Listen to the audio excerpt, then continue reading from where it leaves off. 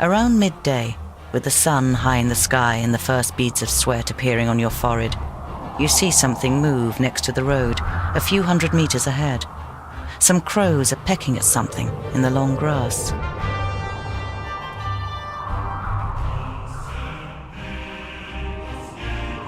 When you see the blood on the ground, you try to convince yourself it's from an animal that just happened to be killed on the road by a hunter. You know this is improbable, and your hope disappears completely when you see two human bodies lying in the flattened grass.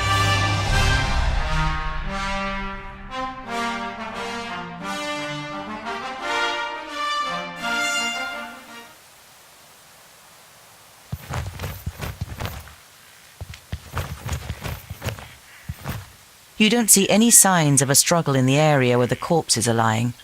Were they stabbed by a companion? A stranger could hardly have crept up on them with such sparse cover.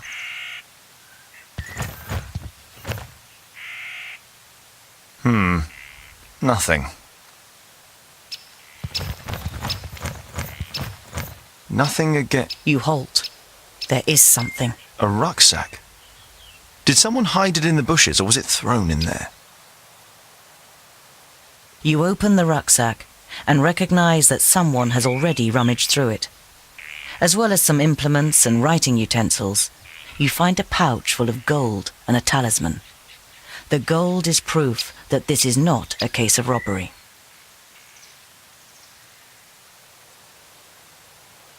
Warmth and a feeling of security flush through your body as you touch the talisman.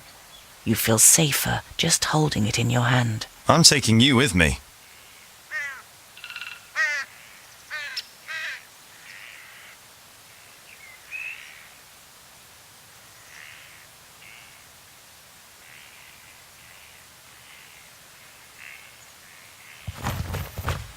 A slender man lies in front of you, dressed in an expensive robe. It is in the colours of Turgur the Fair-Faced, one of the 6 magi. The dead man must be...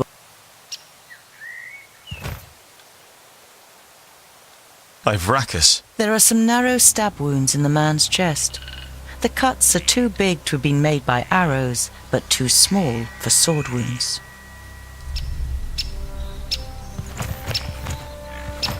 You look down on a tall, broadly built man. He's wearing dark brown leather armour that is strengthened with iron plates. There's a sword lying next to him. Was he trying to defend himself against something? Or someone? The man has the same incisions. It's clear that both men were killed by the same weapon. But what that weapon might be, you cannot say. A rucksack that probably belonged to one of the dead. It seems to have been searched and then thrown away carelessly. You find a few implements, some provisions, and a map. A route is drawn on it from Porista, Nudin's capital, to Lotjonen's vaults. Does this mean that Turgur the Fair-Faced is in Porista and wanted to send Lotjonen a message? And if so, why didn't he use magic? Did he want to contact him without anyone noticing? Why all this secrecy?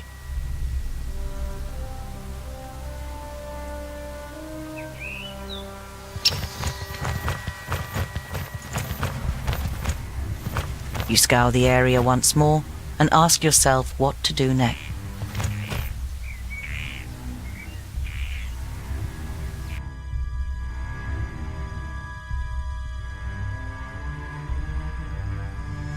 It's time-consuming and strenuous work digging shallow graves in the ground with a stick and covering the corpses with a few stones.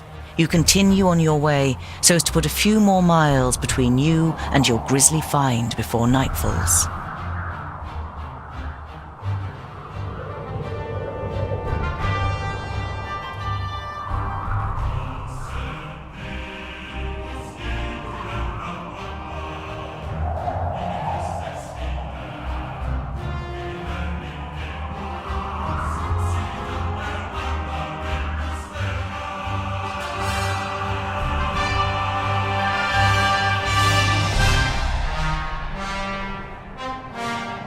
You reach the banks of the Warder and can see Axeldale on the other side. but there isn't a bridge for far and wide. The fishermen's boats glide over the water, which sparkles in the sun. None of the men seem to notice you while they throw out their nets.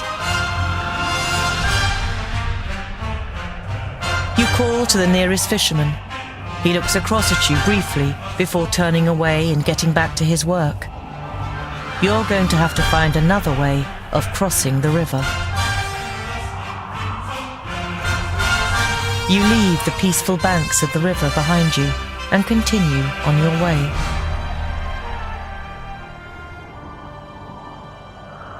You look down on a large village on the banks of the Warder. Some of the village is built on stilts in the river. A wooden bridge spans the fast-flowing water. A huge wooden palisade has been erected to protect the village from attack.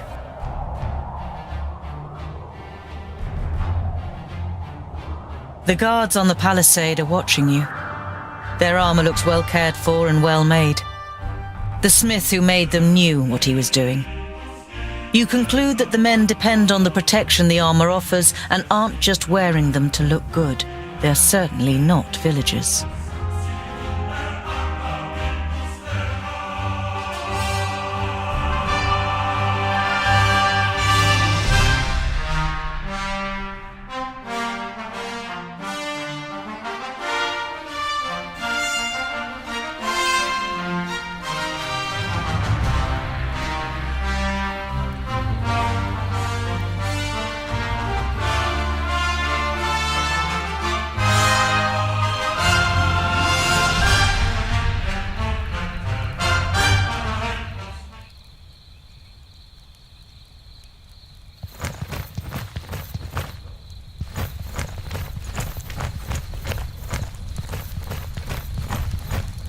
There are small fires burning every 50 steps or so. They are intended to light up the area in front of the palisade in the night, so that orcs can't creep up to within an arrow's reach without being seen.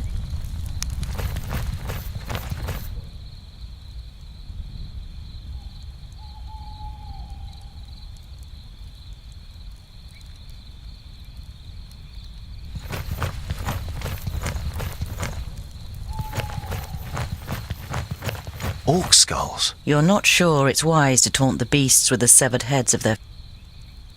The double gate is made of strong planks, sturdy but still much less solid than the fixed parts of the palisade. Security has been forgone here for practical reasons. Never a good idea when building fortifications. Some of the guards begin to whisper as you near the gate. Hello up there! What brings you to fair good water? And have you seen any orcs on your travels, groundling? The man leaning over the palisade eyes you up and down carefully.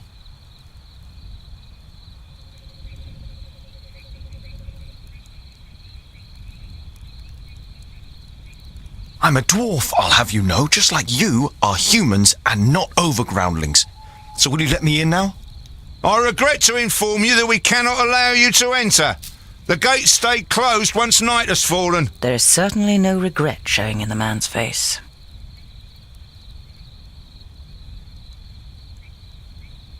I've got 20 pieces of gold here looking for a taker in the village. Ha! One of your folk might leave his post for 20 pieces of gold, but I say, clear off, groundling. The gates stay closed until tomorrow morning. But...